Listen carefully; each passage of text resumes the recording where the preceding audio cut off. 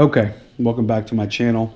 Turbo Josh, back at you with another one. PHV 1879, I believe he's a guy in like the UK, also has a V-Rod.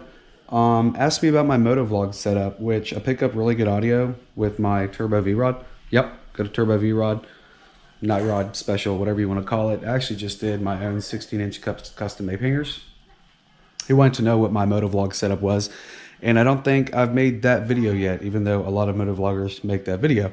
So I'm going to show you my setup all plastered up on the Baller Corvette and show you everything I got, and specifically from what I know, what you need in order to successfully motovlog, because I had a different mic setup from my Hero 4 that was awful. It picked up clicking noises in the audio, and there was no way around it. So I had to do a lot of research, find like 1 or 2 specific videos about this and this mic and what I had to do in order to get good, clean audio. And there's only one way to do it that I know of for the Hero 7, Hero 8, and maybe even the Hero 9. I don't know how much they've changed up with the mic adapters and stuff, but it's pretty stupid.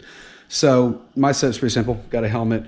For a while, I ran this top unit and I had the GoPro up there. Didn't like it that much, so I went to a chin setup. And pretty simple, just a concave sticky that came with my GoPro. Usually every generic GoPro will come with at least one, or a lot of people buy kits for like 300 bucks now that'll come with a plethora of stuff like tripod, stickies galore. I bought this skeleton arm off of eBay for like $4.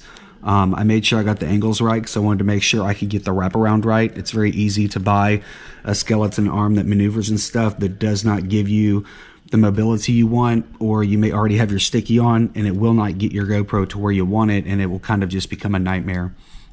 So one concave sticky, the clip-in for it, the clip-in has a receiver. My skeleton receives into this receiver right here, and then you actually have to have a GoPro patented mic adapter. This will plug into the side of your GoPro like your charger. It's exactly the same USB 3 connection that your charger will plug in your GoPro with. GoPro goes in the casing right here and attaches to your skeleton piece like this, and then your mic will plug into the back of the GoPro adapter.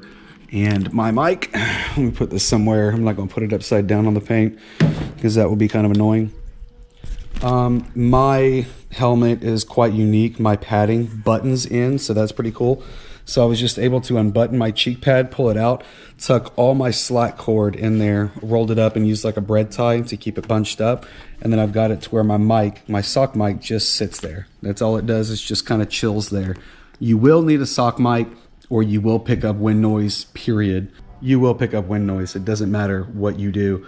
I had a Sony EC3 mic before. It was a dual mic, so it was like a bread loaf with speakers on each end. And that was like a stereo mic. And that was for my Hero 4. Then I upgraded to the Hero Black 7, which is what I have. And even with the GoPro adapter, I was picking up clicking. It would be like click, click, click, click, click, click, click. And I hated it. It really pissed me off.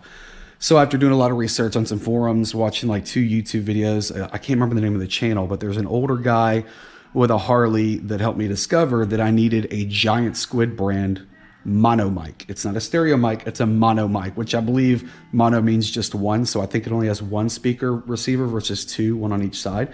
So in here is actually a Giant Squid mic, which is kind of cool. I bought it. It got lost in translation.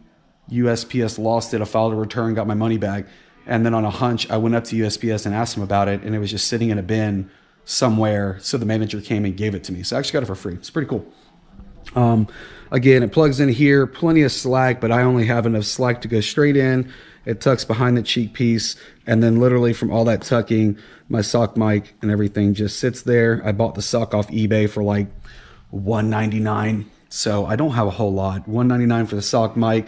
It was like 40 or 50 bucks for the Giant Squid mono mic. Again, you have to have that specific brand. As far as I'm aware, I may be wrong, things may have changed, but you have to have the Giant Squid mono mic. I think I even gambled with like a $17 random brand mono mic, and it still had the clicks. So I'm not sure what's going on there.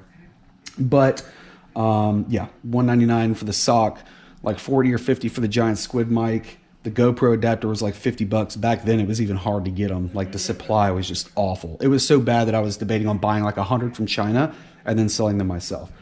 And then that's basically it. 50 bucks for the GoPro adapter, 50 for the mic, $1.99 for the sock.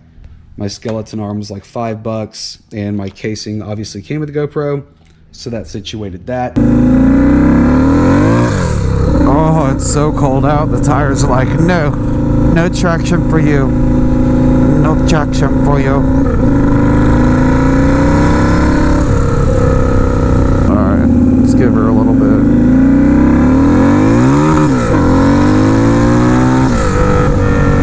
Oh gosh. I really haven't done a first to second gear at all since I did these ape hangers, and that was a lazy one. That wasn't like everything. Because I'll be honest, this thing's a whole different animal when you like bang it off forever. Other than that, I hope you liked the video. If you're gonna go to the extent to where as an American you make a video in the US and somebody all the way from the UK is like amped about your channel, that's very humbling to receive and experience, but also wants to know what your setup is. So obviously he's not as far along on the data. So that's going to be the time for you to make a video so that whoever is watching your channel, whoever is curious, or whoever is even getting into moto vlogging in the last 2 business years, this information is going to be quite useful.